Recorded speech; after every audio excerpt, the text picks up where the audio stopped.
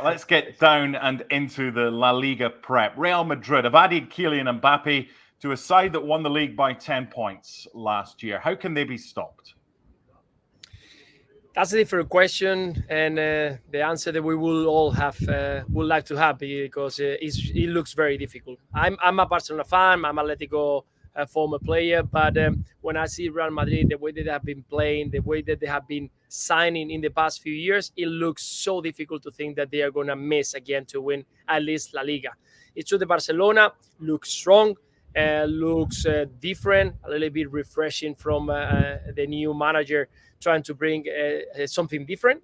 And Atletico Madrid has done a great work in the transfer market, probably the more active, bringing Lenormand, Solov, Julian Alvarez, that I think is a very, very good signing for Atletico Madrid, thinking that last year they finished 70 points behind Real Madrid, and they needed goals up front because when Morata and Memphis Depay got dry, it was difficult to find goals from anywhere else. So I think that's something very good.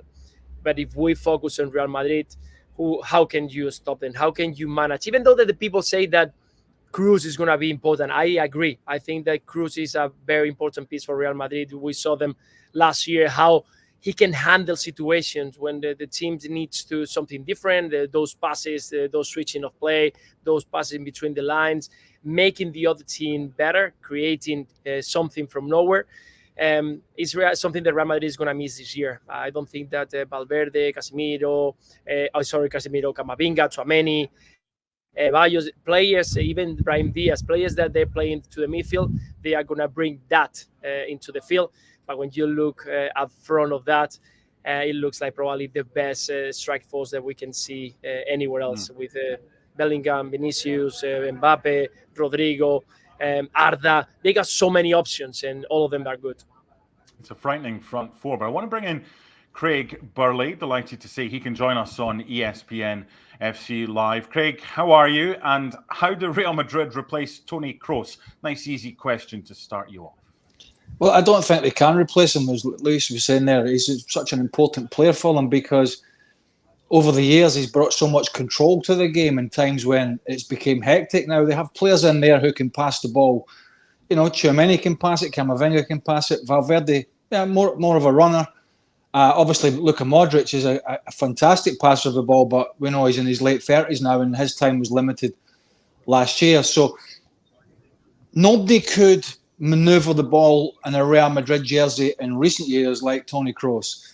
And so in moments of pressure and big games and adversity, that's going to be missing, that cool, calm, experienced head. And that's going to be one of the intriguing things about watching Real Madrid this year and La Liga is, you know, these new players coming in and some of the old guard have left. And, you know, how are these teams going to cope? And I think there's going to be certainly a new midfield, a more energetic midfield.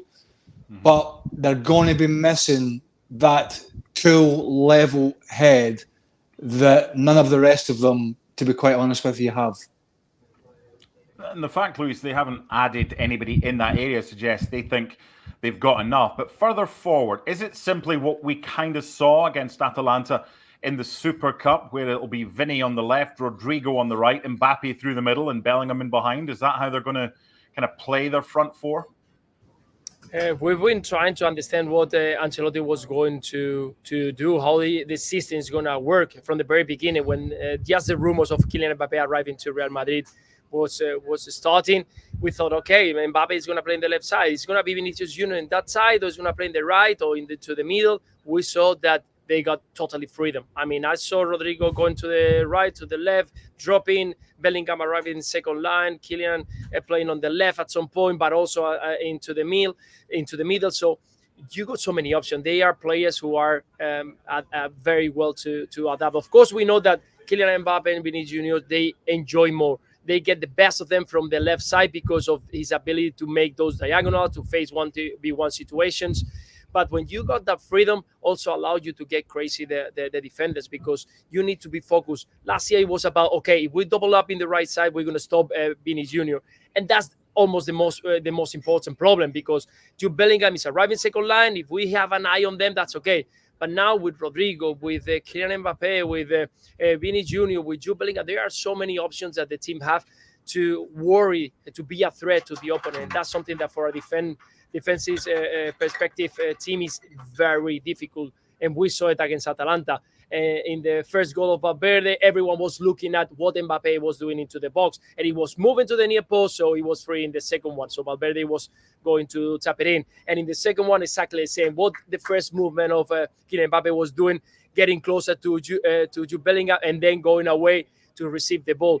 That's the different players can do. I mean, they got so much football intelligence ability that is very difficult to control. I don't expect them to play in one position, but to have so much freedom that they would put a lot of problems to the opponent.